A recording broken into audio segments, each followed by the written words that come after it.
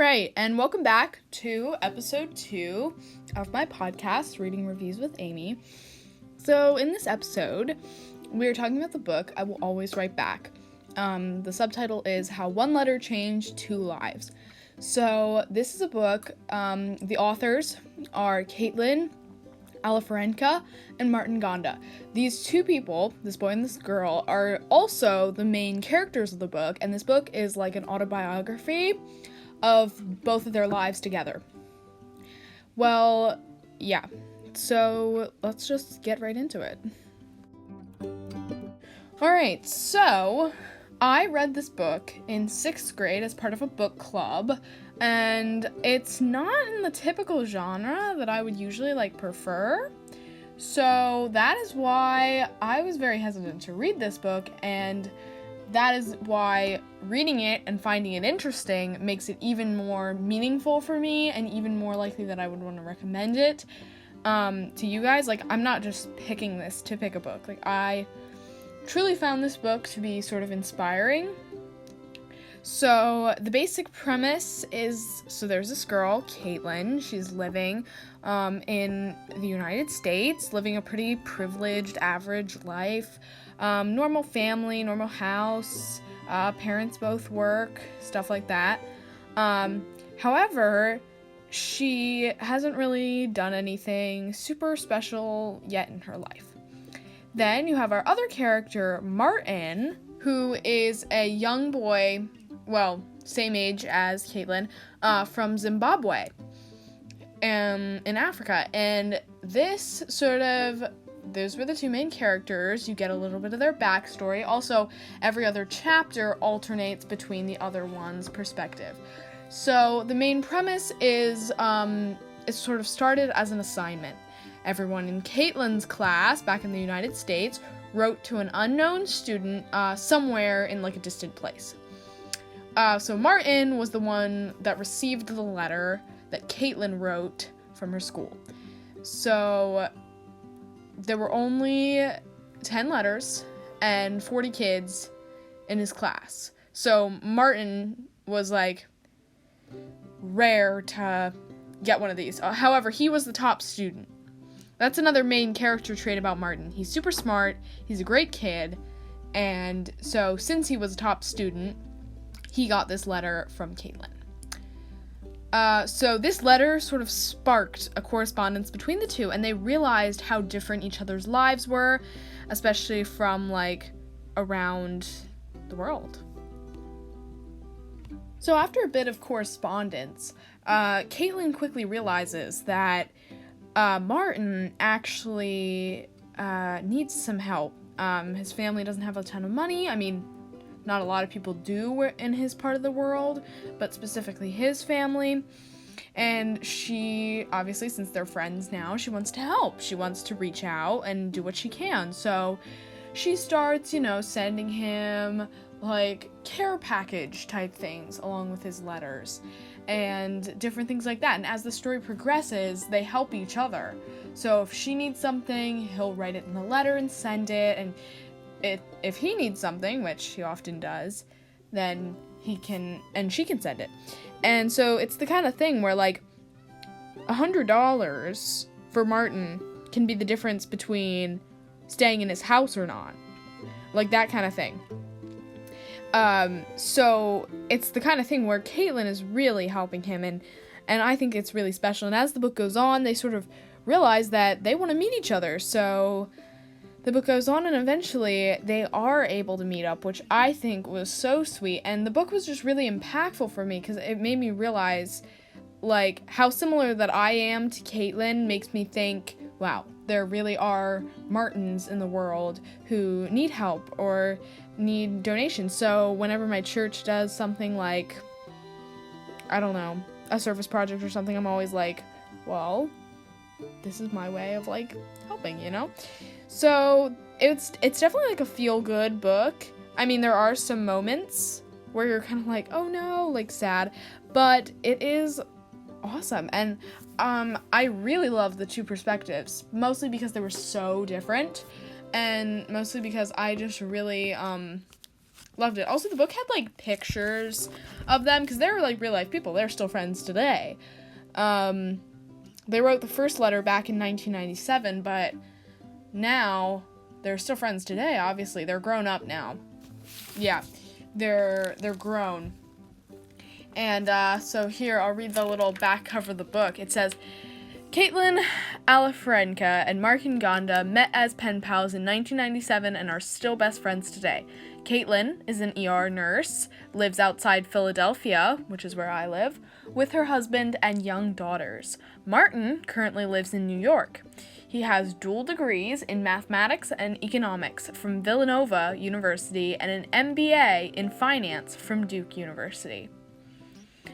And yeah, so this was definitely sort of a very thrilling book. Like, it's a realistic book. Yeah. I also, what really intrigued me, I'm gonna be honest here, this is what intrigues me a lot of times, but what really intrigued me about this book was its cover. Like, this pretty cover that has, like, the words in red and blue, and the stripes, like a letter, and, like, the different, the colors of the countries and stuff. So that was just really interesting to me, and yeah. Alright, so one of my favorite parts of the books that I just wanted to share with you was, it was from a Martin chapter, and in this Martin chapter, he gets a letter from Caitlyn, just sort of telling him more about her life, and more about what's going on there, and she often sends gifts for him.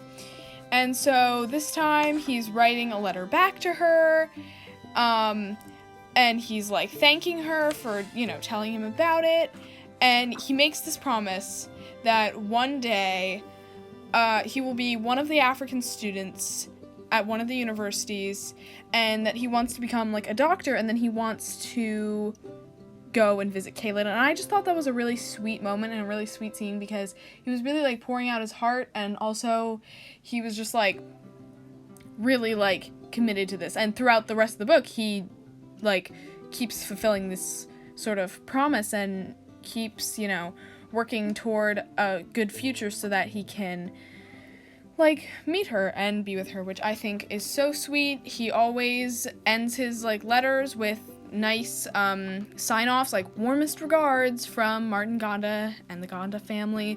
Some of my other favorite parts were just scenes where they talked about his family. I thought his family was really nice because they were all super, like, close-knit and, together, and it was really inspiring on how even with nothing, family is something that you can always, like, count on and always have, especially for Martin, and especially for those people living around him. And yeah, so I liked the Caitlyn chapters because I sort of related to them more, but I really liked the Martin chapters because it was sort of something different, something new. So that was definitely some of my favorite parts and some of my favorite chapters. So, yep. Okay, so another thing that I just noticed that was one of my favorite parts, it was around the same time as the letter that he sent. He also, this was actually during a Caitlyn chapter, he sent her a picture of himself, which it was very rare that they would get to even be able to take pictures, so in Zimbabwe. So I thought that was, like, so cool that he, like, saved up his money and, like, took this picture to send to her so that she would, like, know what he looked like. And she also periodically sends pictures to him as well. And the coolest thing is that the book actually has the pictures in it, like, around almost at the end of the book. They have a bunch of pictures of each of them, because these are real people, so they have real pictures from the different things. So I thought that was super interesting and so cool to see, because you really get a good visual of who the people are, what's going on in the story, and, like, where everybody is. So that was definitely an interesting part for me as well. Also, what really intrigued me, I'm gonna be honest here, this is what intrigues me a lot of times, but what really intrigued me about this book was its cover. like this pretty cover that has like the words in red and blue and the stripes like a letter and like the different the colors of the countries and stuff. So that was just really interesting to me, and yeah. So this is definitely a book that I would recommend. It's a I would assume that it's a teacher favorite as well. I mean, it has good lessons and values, and yeah, I really liked it. So if you are interested in books similar to this, I would definitely recommend this book to you, and I think it would be a great read, especially like if you have time or are interested in doing like a service project. This is sort of a book you can kind of learn about it, learn about some things that you could do, maybe get some ideas even. But yeah. So that is sort of the recap of the book and my thoughts. Okay. Alright, so that was the book review for this episode. Thank you for listening. This was a shorter episode than the first one. There will be some like that. They will vary in ranges. For example, when I did the episode 1, The Hunger Games, I went into a lot more detail, giving a lot more of my thoughts on specifics. And this one I sort of gave general, sort of more book recommendation / description type thing. So, thanks again for watching. And I'll try and have another episode up soon. Bye.